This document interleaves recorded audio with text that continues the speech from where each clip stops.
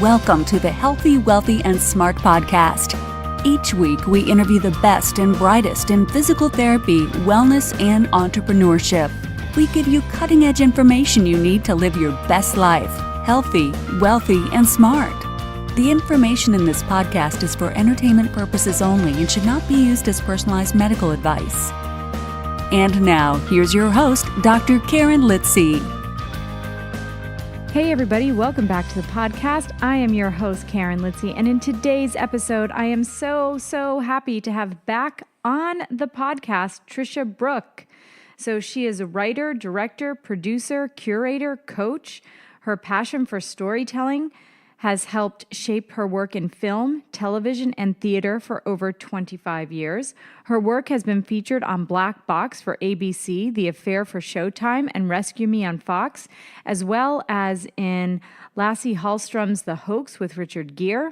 She received a Golden Thumb Award from Roger Ebert for her choreography on John Turturro's feature film Romance and Cigarettes, where she worked closely with James Gandolfini, Kate Winslet, Susan Sarandon, Eddie Izzard, Christopher Walken, Steve Buscemi, and Bobby Cannavale.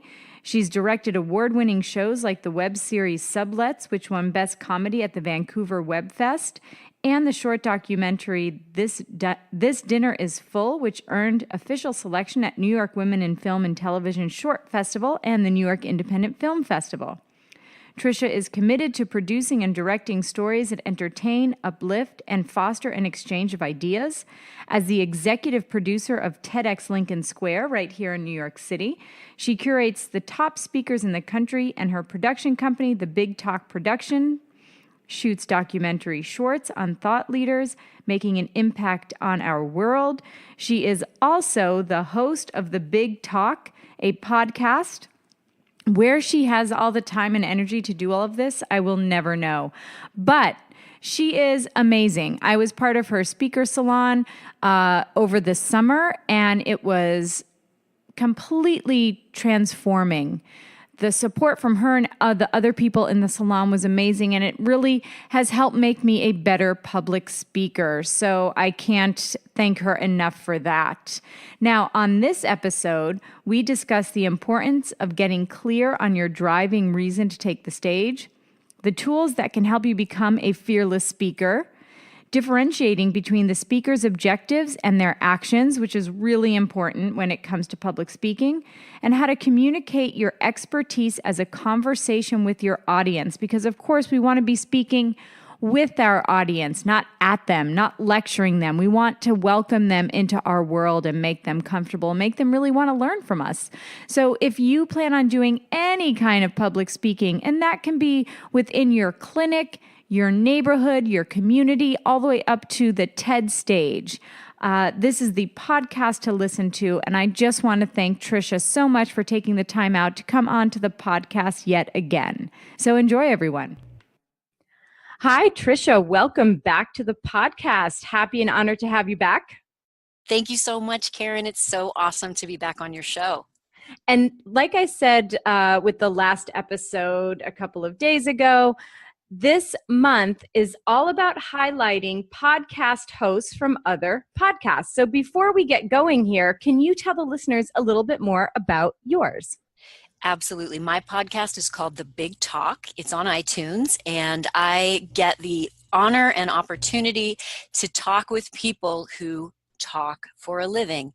That could be an actor, it could be a stand-up. It's mostly public speakers, but it's really an opportunity for me to dig in to the art of public speaking with people who do this for a living. And full disclosure, I was actually spent most of my summer with Tricia in her speaker salon here in New York City, learning how to become a better public speaker. And we'll talk a little bit about that later. But I have to say that for me, it was an amazing experience because of Tricia, because of your expertise and your kindness in criticism and all the other people there. I felt like I was comfortable and it was easy. Wasn't easy. No. Scratch that. It wasn't easy to get up on stage, but it was easier to get up on stage because of the atmosphere that you set. And I found it so helpful. Thank you so much. It was a true delight to have you in the Speaker's Salon, Karen, because you brought to the table complete professionalism. You were always prepared. You knew what your script was, but you were also completely willing to take a risk with me and to trust me to sort of push you outside of your comfort zone. And I think that in addition to the art of public speaking, that is also something that we as podcast hosts have to do. We have to guide the show. We have to direct the guest. We have to make sure that we can get what we need from them in order to serve the listeners. Yeah, absolutely. And that's exactly what I felt throughout the Speaker Salon. And in the end, I told people, I remember saying to a friend of mine, I went in and I had this talk and I was like, I thought I was pretty good, And so I go in and start talking and you said one thing, you're like, why are you doing it this way? And I was like, I don't know. And then all of a sudden, the talk that I had planned became something completely different, but better. And I was like, well, of course it's better, but it made me very, very uncomfortable. Let's explore what that means for our listeners, because for your listeners, because the question, why are you doing it from second person, was right.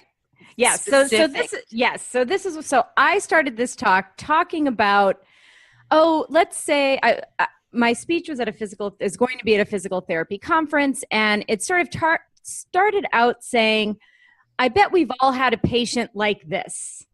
And then I went on to describe that patient, but that patient was actually me. And so Tricia said,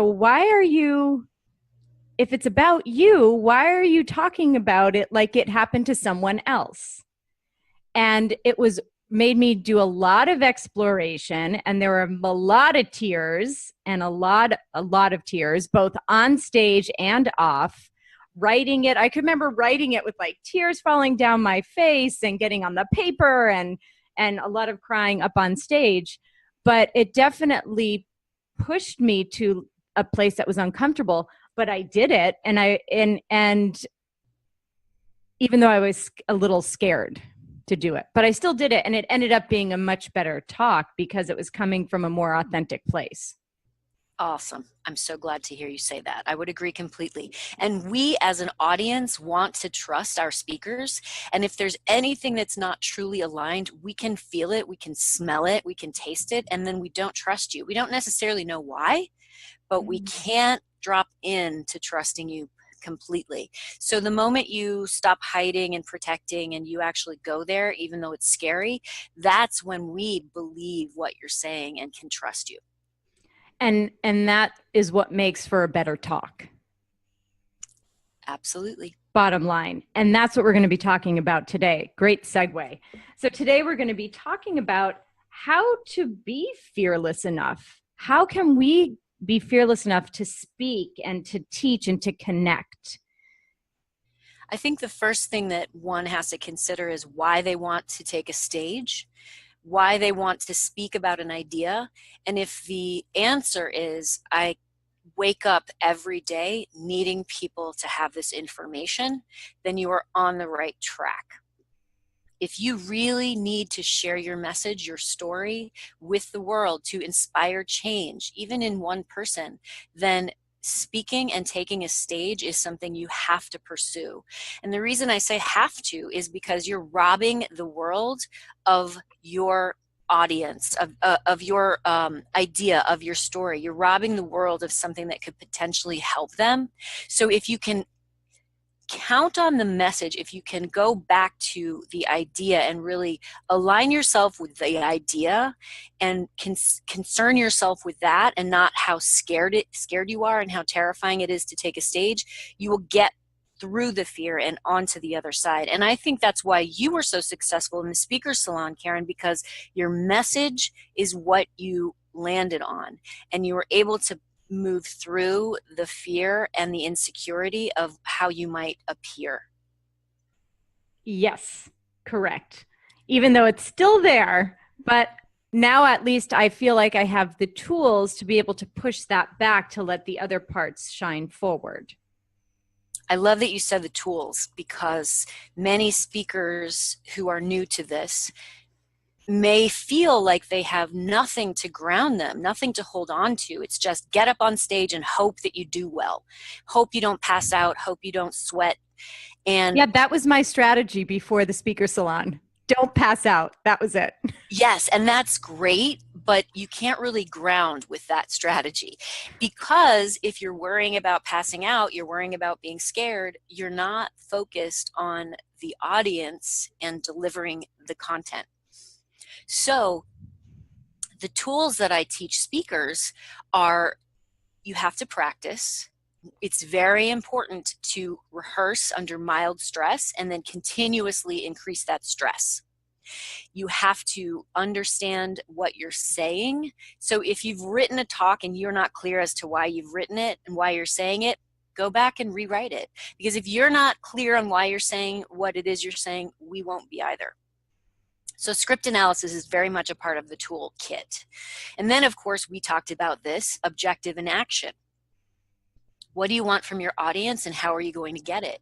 If you constantly ask yourself, what do I want from my audience in this moment? And how am I going to get it? You forget about the nerves because you have to do something. You have an action to accomplish. And that's why I think it's important to understand that there are tools that can help you become a fearless speaker. And can we talk a little bit about the objective action for your audience? Because for me, I felt this was really, really helpful when I was up on stage. And as I was speaking, you said, do you know that the action you're instilling in us is befriending you? And I said, no, I no. Because you're like, well, what do you want people to get out of this? And I remember saying, well, I want them to, to feel empowered and to, have a deeper understanding of pain, let's say. And then you said, well, though, that the action that we're taking is we're befriending you. And so I think it's important for people to know that actions aren't just, the audience will learn how to The audience will understand X, Y, and Z. So could you expand on that for a little bit? Certainly. So understand and learn, those are passive actions, first of all. So if we're talking about what it means to have an objective, I'm going to give you a really clear idea of what that means. Let's say you want your kids to go to bed. That's your objective. Let's say you want your partner to take out the trash. That's an objective. How you do that is the action. You can bribe, you can beg, you can sweet talk, and those three actions work equally as well with your kids going to sleep and your partner taking out the trash. So when you're clear on what your objective is and how you're going to get it, if your audience is falling asleep or they're checking their phones, you can pivot, you can shift your action, switch what it is you're doing in order to continue getting what you want. So the objective rarely changes. You want people to have a clear understanding of pain. You want people to come away with knowing that they can become better physical therapists by listening to their patient. Those are your objectives. How you get it can be befriend. It can be inspire. It can be motivate. So if you're not getting what you want from them using one action, you may need to berate. You may need to entertain. You may need to switch up what that action is in order to get them to pay attention to you. Yeah. And for me, that was like profound during the speaker salon. I never thought about it that way, but that is how, when you listen to great speakers or who we think are great speakers, that is what they are doing. And it's something that I use with actors all the time. If they can't drop into a scene, if they're not playing the scene honestly and authentically, I'll give them something to do, literally. Like walk over there and pick up that pencil.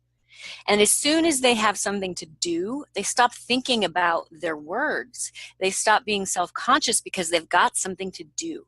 So that's why it's really important when you're working on a big talk that you go through your script and you clarify for yourself what your objective is within each scene, within each section, and then give yourself an action to play so that you're constantly fresh. You're not just getting up on the stage and reciting from a page. Yeah. And I will say it makes a huge difference from what I've seen from the other speakers at the speaker salon. And now that I have these tools kind of in my toolbox, when I watch other speakers, I can kind of pick up on it. So I think it's an amazing insight that can really help make you a better public speaker and have you go out there and, like you said, not be worrying about passing out or sweating through your clothes or not falling over or not tripping. You don't have to worry about that as much. Have you used these tools, Karen, as a podcast host on your show? You know, probably. I guess I just have never thought about it in that way. But now I'm going to have to go back and re-listen. And as I do future podcasts, really think about that. I think if you can practice those tools in every form of communication, you will get really natural at being able to identify your objective and how to go about getting it. And it's such a great method of communication because you're really clear and you're not sort of muddying the communication by not understanding what it is you want. Yeah, for sure. Huge. So for everyone listening, it's a big one. Now, script analysis, you went over, obviously, that's something that if someone wants to be a fearless speaker, they're going to know their script. Hopefully, they're going to have things basically memorized. One of the tips that I thought was really great is you said to do, what was it called? Like an Italian rehearsal or what was it? Is that right? Is it? It is. Okay. In theater, we call a rehearsal where you go through the content as fast as possible without any emotion attached to it. You just say all the words so that you get your muscles working in your mouth. But the reason that it fires the synapses of your brain, but it's called an Italian because Italian operas had such a quick turnover that they had to do a show and then strike the show and then do another show. And that's why we call that an Italian.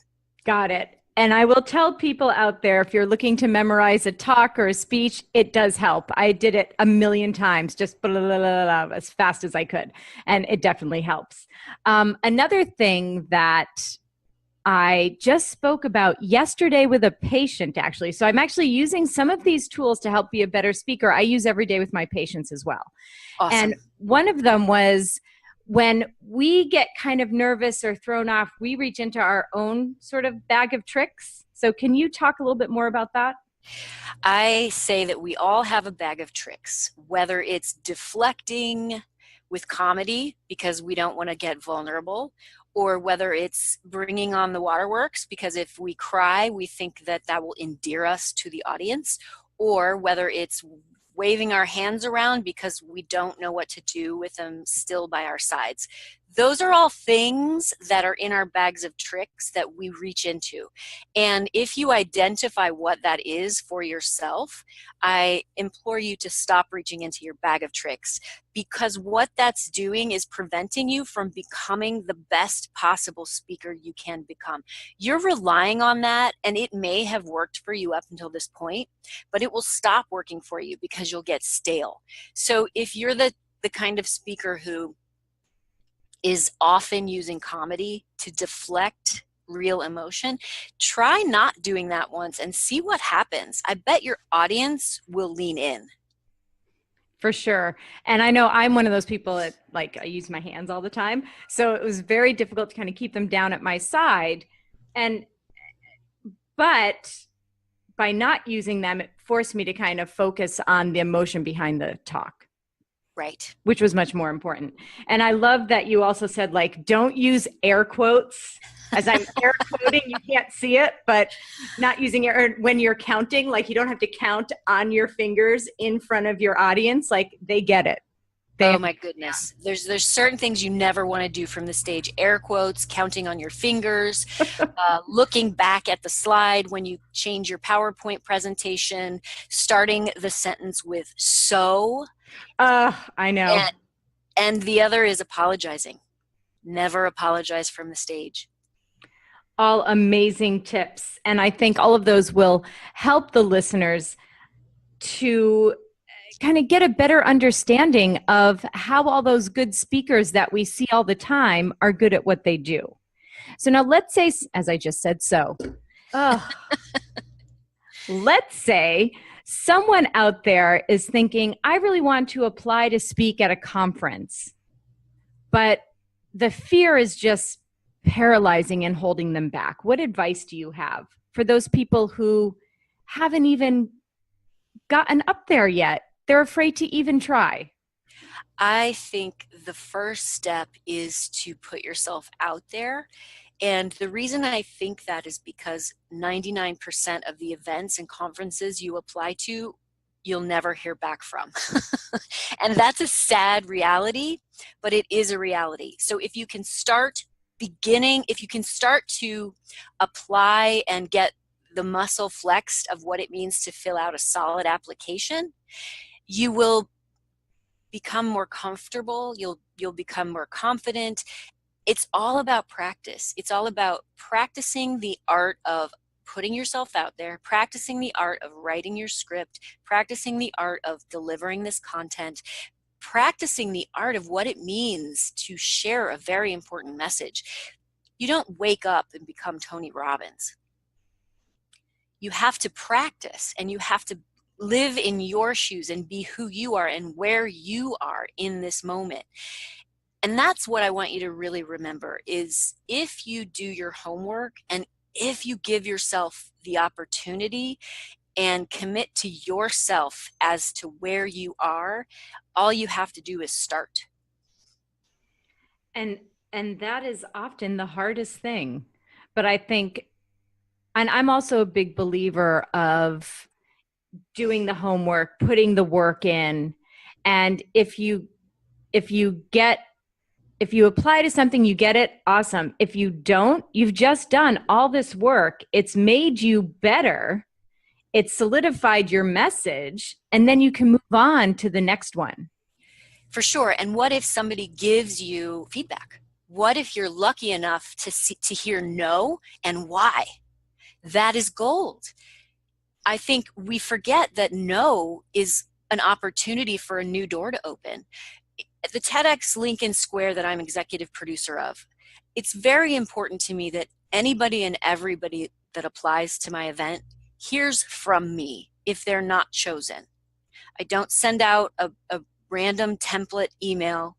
I actually record a voice memo for everyone personally, and I give them the opportunity to set up a call with me for feedback as to why they didn't get chosen. That's important to me because I want speakers to improve. I want speakers to have the best possible chance because I know their message is important. And what's fascinating about last year, only 7 people out of hundreds got back to me about feedback. So I really want to share with the listeners, Karen, that we want you to succeed. When somebody says, would you like feedback? Say yes. Yeah, I mean, why would you pass up on that opportunity for feedback? I don't know. I don't know either. That is, talk about a missed opportunity. Right? Because... So anybody who applies to TEDx next year, when I say this, I actually mean what I say, everybody. Yeah, she does. Believe me. Yeah, I mean, because then you could apply again this year. So if all those people took you up on that offer, got the feedback, and then reapplied, maybe they'd have a better chance. For sure. Yeah. That's something that's really important is when you're starting to apply to events, whether it's a TEDx or a conference or a panel, you have to put yourself out there in order to give your idea and your story the possibility of being heard by anyone. I also want us to share with your listeners that speakerhub.com is a free resource that is one of the best things you can apply for. All you do is sign up. It's free. They don't take any money if you book gigs, and they will email you based on your content certain events and speaking gigs that are right for you. That's awesome. What a great resource. So hopefully everybody listening to this will sign up for that ASAP. We'll have the link in the show notes and the podcast. So for anyone that's listening and interested, you could just go to the podcast page and click that on. So now we've gone through, I think, a lot of really great tools to help you become a better speaker, to help you overcome that fear. But let's talk about let's say you overcome the fear, you're on stage, you've got all these tools, you still have to communicate. And there's good communication and there's probably not so good communication. So let's say we're talking to people in healthcare, a lot of people in healthcare listen to this podcast. What does that look like? Such a great question, Karen, because when we are the expert, there's this fine line that we have to walk, which is imparting the information so that our expertise is communicated, but also maintaining the ability to be relatable as a human being so we can hear what you're saying. So those are the two things that are really important to marry, whether you're talking to other healthcare professionals, whether you're talking to a room full of entrepreneurs, whether you are hosting an event. When you as the expert come across as too pushy, too passionate, too smart, we turn off. And I'm not at all saying we cannot be passionate or smart or pushy, but we have to be very careful with our action. You do not want your passion to come across as anger. If you're super passionate about global warming, why can't you just turn off the light? People, why can't you just not flush the toilet every time? That's not going to help us. We're not on board. Yeah, we don't like to be lectured to. Right. So it's important that you have a conversation with us. Even if we as the audience are not talking back with you or talking to you, you are just speaking and we are listening, it's still very much a conversation. And it's our job as speakers to observe what's happening in the room, to notice if people are engaged, if they're leaning forward, if they're nodding their heads yes. And if they're nodding their heads no, or they're sleeping or they're on their cell phones, we have to pivot. We have to choose a new action to get them back on board. It's about the audience. And is this what someone would consider a communication style? Or is that different? Because you know how people are like, oh, I don't really like their communication style. I don't like their... So does that where this would fall into, or is that different? That's a good question. I haven't thought about what a communication style is. And I worry that if we impose a communication style on ourselves, we are then not speaking from our points of view and who we are.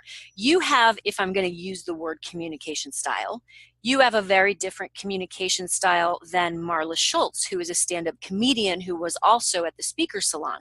So I would never impose her style upon you. I would never say, A, do it like that, ever, and B, nor would that work because it wouldn't be authentic. So I think, yes, when we know who we are, that lends itself to who we are as speakers, but I would prefer not to impose a style at all, as long as we are communicating from a place of intention and the objective is clear and our idea has been completely fleshed out and analyzed within the talk so that we have a very clear through line and arc and call to action, whether it's to think differently, buy my book, donate to this organization, whatever the call to action is, that is really what I want you to focus on rather than some sort of style.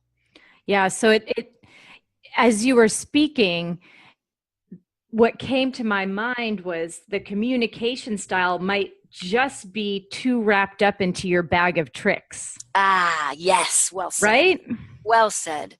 I'm going to give my talk like this because I sound really important. Right. Exactly. Or, using humor because you saw another, like there's this great physical therapist who is an amazing speaker. His name's Lorimer Mosley. And he does use humor and within his lectures, but it is completely his style. Like I would never in a million years think, well, I'm going to do the same communication style he does because it really seems to work. But that would be me reaching into somebody else's bag. And that's not even his bag of tricks. That's his authentic self. Right. It would be you borrowing his authentic self, putting it into your bag of tricks, and then reaching it. Yes. Oh my God. Wait. Yes, exactly. So borrowing someone else's authenticity and making that your bag of tricks. Whoa. Don't do it. That's a big one. Yes, don't do it. Don't do it. All right. Now, is there anything we missed about communication and really about being that fearless speaker that you want people to really take home? I think ultimately it's a process, and we need to flex the muscle over and over again in order to release the feeling of self-consciousness. If we can trust that everyone will judge you, so stop judging yourself and just work through that and focus on the message. That's the most important part. Focus on the message and the story that you want to share with your audience and the impact, the global change that you want to make on the world. That is why you're getting up on a stage. It's not to impress anyone. It is not to say you did it. Maybe it is. Maybe it's on your bucket list. But I would suggest that you have to think really hard why you want to get up on a stage, because it takes so much work. It takes hours and hours and hours and hours of work, because you have to write the script, you have to memorize it, you have to get up on stage, you have to perform it over and over again. Public speaking is no joke. It takes vulnerability, it takes structure and skill. So I think when you have the tools, when you have the support system that you can constantly refer to, it makes it less scary and it makes it far more possible. Absolutely. And I can't agree more with everything that you said. And that is everything that I experienced in the speaker salon. It was more work than I thought it was going to be. I was like, oh, I'll just write this speech and then that'll be it. And it's not. It took hours and hours. And that is one thing I learned from that speaker salon is if I'm going to speak somewhere, they're entrusting me with their audience. And if I don't take the time and the effort and the skill to put into that talk and to put into the time behind that talk, it's an insult to the people who have invited me to that stage. You couldn't have said it better. It's our responsibility to deliver, and doing that takes work. Yeah, absolutely. Well, I cannot thank you enough. And before we go, I will ask you the same question I asked everyone, and I think I asked it before, so now I'm going to ask it again. So, knowing where you are now in life and in work and in career, what advice would you give yourself as the person just starting out? So let's take you back a number of years when you were trying to break into the New York theater scene and doing your thing as an actress and dancer, choreographer. What advice would you give to that gal from back then? Keep showing up every day, because your true life reveals itself to you. Excellent advice. Thank you so much. And now, where can people find you if they have questions and thoughts? And do you have any other stuff coming up where people can join you and maybe get some more of these great tips and lessons? I would love to invite your listeners to the Big Talk Season 5. And that's called Journey to the Stage. And I actually take 5 speakers through my process of identifying ideas, writing a big talk, and delivering a big talk. So you'll get to hear in real time what this process is like. And I would also love to offer your listeners a free ebook called The 7-Step Formula to Fearless Speaking. And they can download that if they text my name, Tricia, Tricia, to the numbers 44222, and it'll pop up in your inbox. And of course, you can go to my website, triciabrouk.com. You can email me directly at tricia@triciabrouk.com. I answer everyone's emails, and I really love what I do as far as helping people make a difference in the world, take a big stage or the big screen. I take my work very seriously, and it was such a pleasure to have you on my stage, Karen, and I saw you become the speaker you were meant to be, and that was such a gift. Oh, thank you so much. I'm getting emotional again. Shocker. No, thank you so much. It was a wonderful experience, and I can't wait to continue with it in the fall as well. So thank you so much, Tricia, for coming on and sharing all this great info. I loved it. My pleasure. Thanks for having me the second time, Karen. Absolutely. And everyone, thank you so much for listening. Have a great couple of days and stay healthy, wealthy, and smart. Thank you for listening, and please subscribe to the podcast at podcast.healthywealthysmart.com. And don't forget to follow us on social media.